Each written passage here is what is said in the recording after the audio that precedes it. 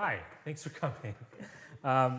Really appreciate it. I know, especially given the weekend, it's really great to see you here and and for you to devote your time to watch me and a great group of musicians make some music. But yeah, really glad to see you here on a Memorial Day weekend. So welcome to my recital. Just wanted to speak a little bit on sort of like what brought me to trying to design this in a certain way. So, sort of in thinking about broad chamber repertoire that would work well to put together for a recital like this, I sort of found myself struggling to find something that really would work cohesively together. And in terms of themes, in terms of concepts, all that good stuff.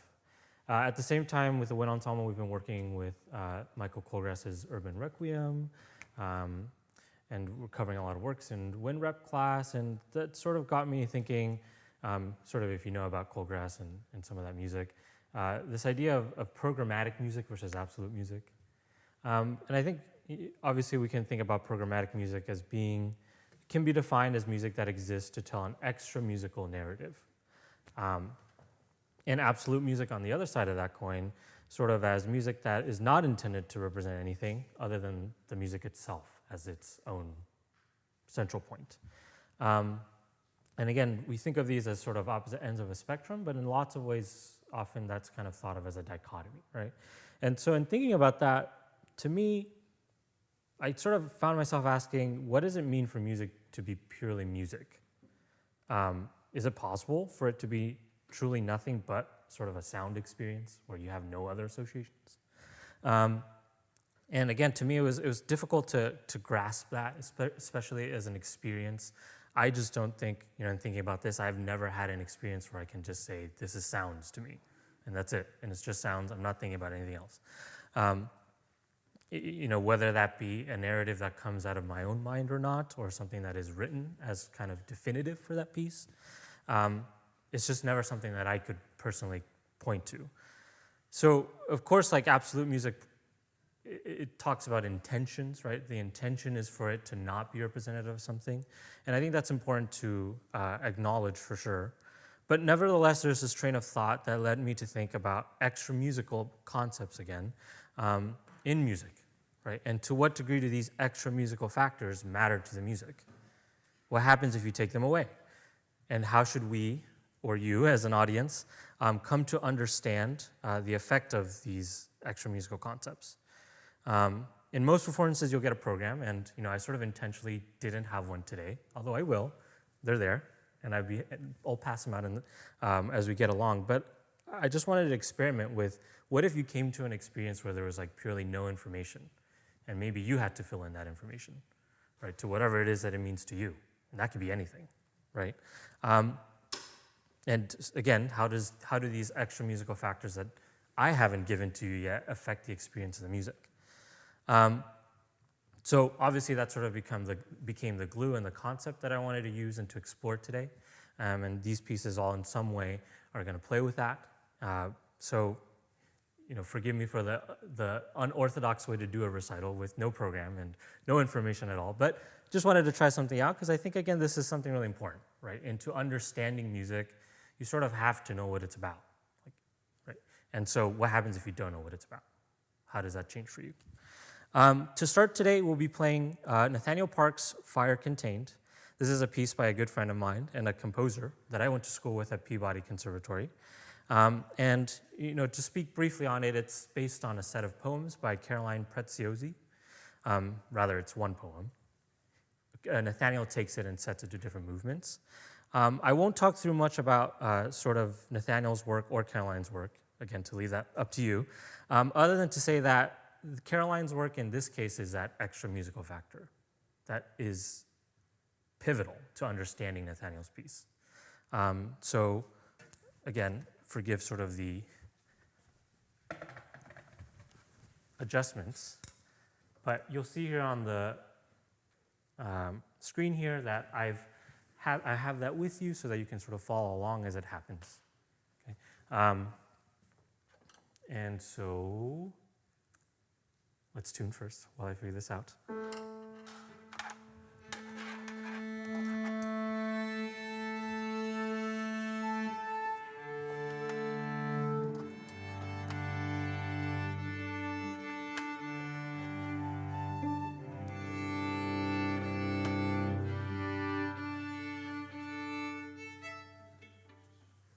Okay, so here's Nathaniel's Fire Contained.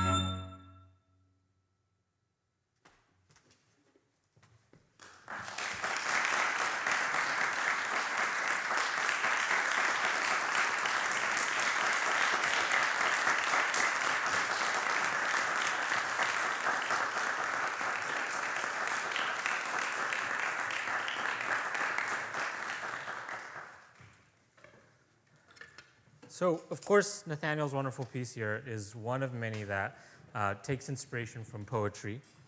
Certainly not a new concept. But before we sort of talk about the second piece we'll play today, I wanted to play one movement of this work to sort of illustrate again this point of like music without context, what happens, like how do you fill that in, right? So again, just to sort of think about this concept, I think obviously for me in thinking about this piece, having the text is one experience on its own, right? And there's a lot more that's sort of filled in with the program notes that, again, I'll have available if you're interested. But it really tells a story of its own in terms of how Nathaniel approaches that, right? And I would surmise that your experience with what just happened is probably going to be different from Nathaniel's, and that's okay, right? I think you bringing your experience into it and sort of your thoughts is what makes something special in art and something more personal, right? So that's kind of the idea. Now, again, just to sort of demonstrate this concept, we're going to do a movement, and I'm going to give you as little information as possible to sort of form your own opinions, right? So here is some music to enjoy. Ready?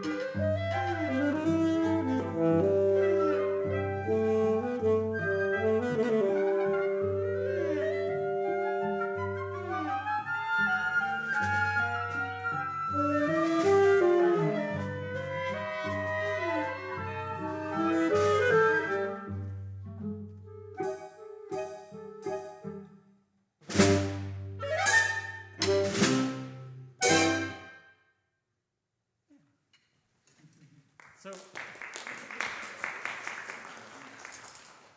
yeah, so I mean, on its own, right? It's kind of, you can tell, there's some associations maybe you've come up with, right? In thinking just about how that sounds like, right? So, in thinking about this programmatic absolute music dichotomy, I think it's fair to say that this movement has sort of its own weight as a piece of music, right? And nevertheless, no information given to you, right? But this is actually a movement from William Walton's Facade for Entertainment, if anybody knows what that is. And this movement is entitled Valse, or Waltz, which, as you may or may not know, is based on a dance, right? And I wonder if knowing that, if that was evident to you without having any information, right? And it's also based on poetry by English poet Edith Sitwell. So this second piece today is a selection of movements from Walton's Facade, each of which is based on its own whimsical, sort of playful poetry that Walton and Sitwell both collaborated on, right? And more specifically, Walton wrote this music sort of to set the poetry. And for that, we're going to be joined by our wonderful friend, speaker, and orator, Corey Jollis. And please enjoy, right? And again, see how the words sort of change this for you. It's kind of the idea.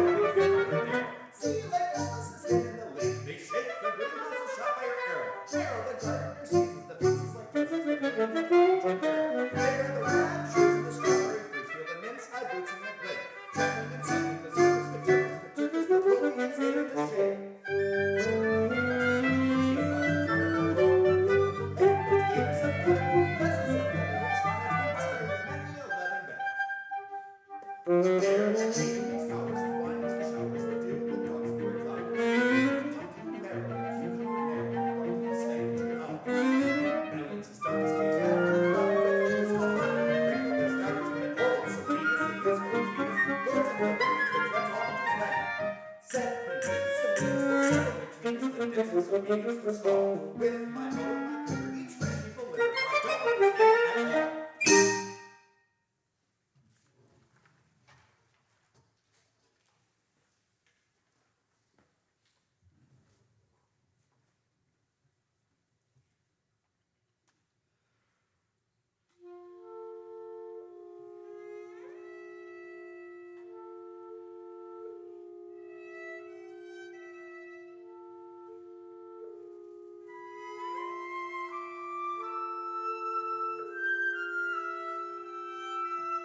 Across the thick and the pastel snow, two people go. And do you remember when last we wandered this shore? No, for it is cold-hearted December.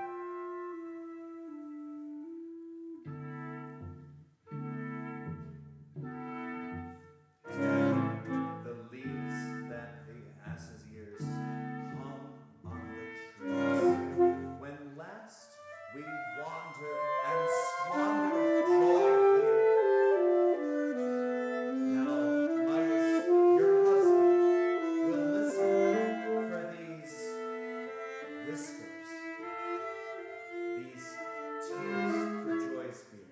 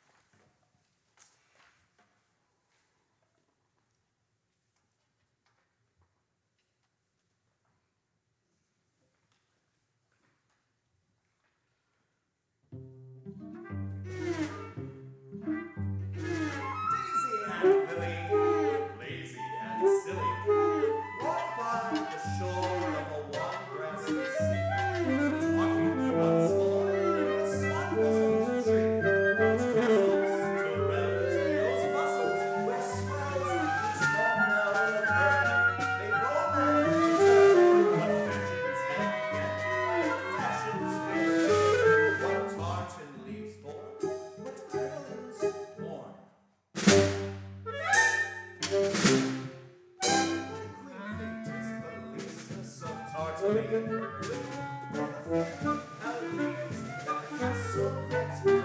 For lords to throng on the water god's land. Her hair's equal trees of common sense. The fierce gold spangles on deep water sea.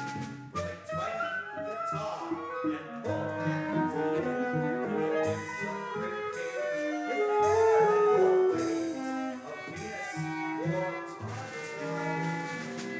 Louise and Charity pours in stars and gifts of deep waters the gift. Daniel receive the ordeal where Helen, Victoria, and Viv all die like the crinoline waterfalls. Williams, Bonnets, Shaw's elegant parasol, floating our sea, the Amazons, where loves are withdrawn. Beside the broad place, floating falling water, no blades like a gun, they run from and shun the enormous and gold-rayed bustling sun. In the midst of the fountains, set from the mountains, like waves of rivers, carrying borrowed shores. In Kashmir, on the Mauritius cement, like bells of bright water from clearest mount, are elegant, favoring bonnets of blonde, the stars in their aviary silks, and their aviary zenith, spangled wings and Joseph's fawn, while their aviaries fan with each long and the chords of those mid the waterfalls, over the long and lightsome night.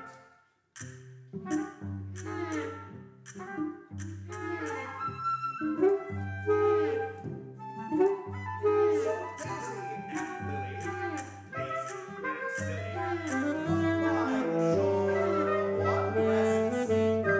Johnny once more in the swan-bosomed tree, those castles to round, those bustles around, the shape in their train fall.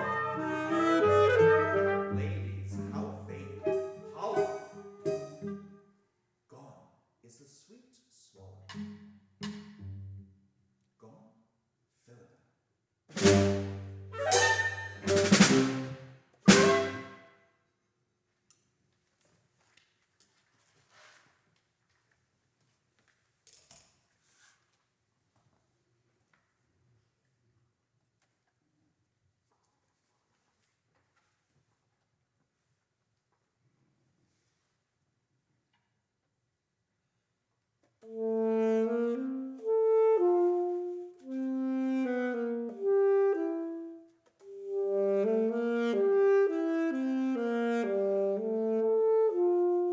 We bear velvet green, green and babyish.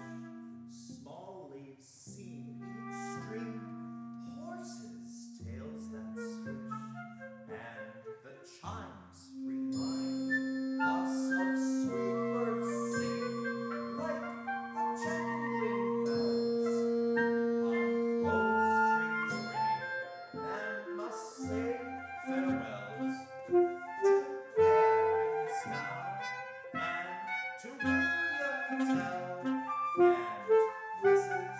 Cow, and must say farewells to storks and beds, and to roses' bells, and statuettes, forests white and black, in spring or blue, with forget-me-nots, and to lovers true. Still the sweet bird begs, and tries to cozen them by angels' eggs, sold by the dozen.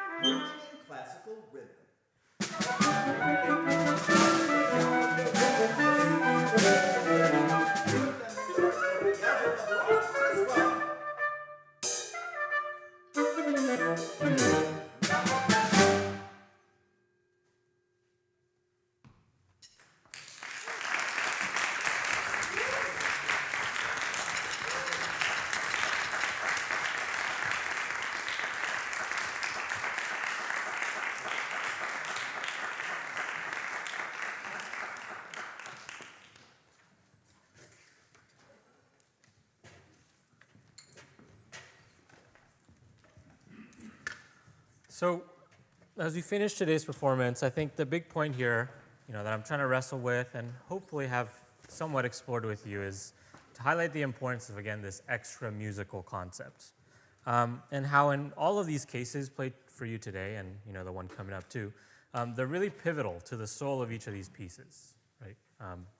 None of these pieces can truly be understood without considering this extra musical. And this sort of changes both the experience and understanding of the piece, right? My intention, of course, is not to say that there's a right or wrong way, that you have to know something in order to get it or whatever. But certainly, I think if I had not talked about it at all, said anything today, perhaps your experience wouldn't have been any less valid if I had just gone straight through it, right? That's kind of the point there. But obviously, there are obvious implications here for performance, for pedagogy, for repertoire choice for all of us, I think, right? In that, when we're searching for music and experiencing music, perhaps it may be worth it to really dig into these extra musical concepts and components. Not only to bring out sort of new flavors to pieces, but really to experience them in deeper and more unique ways, right? So I just wanted to say thanks again for coming. Thank you for all of you for supporting me and sort of indulging me in this different idea, I guess.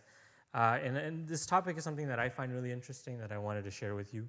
I want to thank Professor Salzman, I don't know, perhaps somewhere in here, for all your support and helping me explore sort of this idea and some of the repertoire. I want to thank you all again for coming here. I want to thank the musicians for making this possible. Literally, it would not be happening without them. So thank you. Thank you all so much. I want to thank my conducting cohort for supporting me through all this too. It's been a wild ride. And I just love that I get to do this with you all. Thanks so much.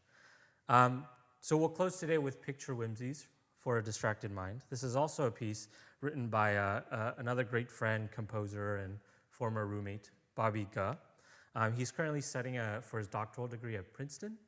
And this is kind of a project that we took on together at Peabody in Baltimore, where he hooked up with some artists in the area, and they painted 9 separate paintings for him without consulting with each other.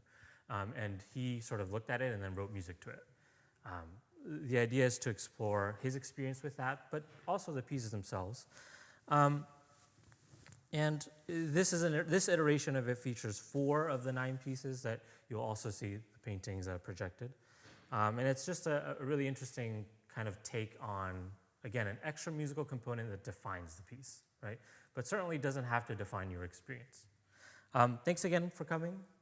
Really appreciate it. But please enjoy Picture Whimsies for a Distracted Mind by Bobby Ga.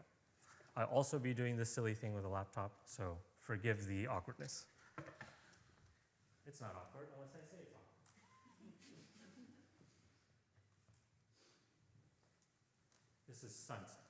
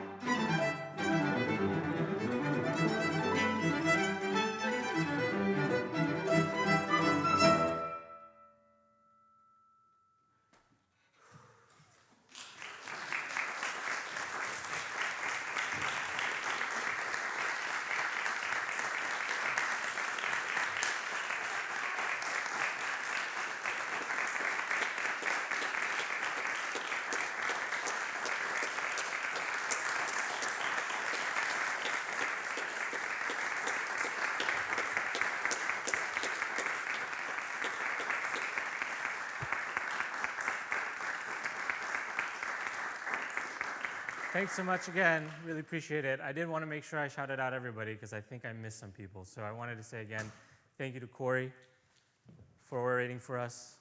Thank you to Nathaniel Voth, who was a singer for Nathaniel Parks' piece. Couldn't have done without you. Thanks, Sean, again for playing. Nick, if you're here, he might have left to softball. That's okay. Thanks again. That's it. Appreciate it. And if you want a program, if you want a program that has lots of great information, I will leave that up here for you to grab. Thanks again so much for coming. Have a great weekend.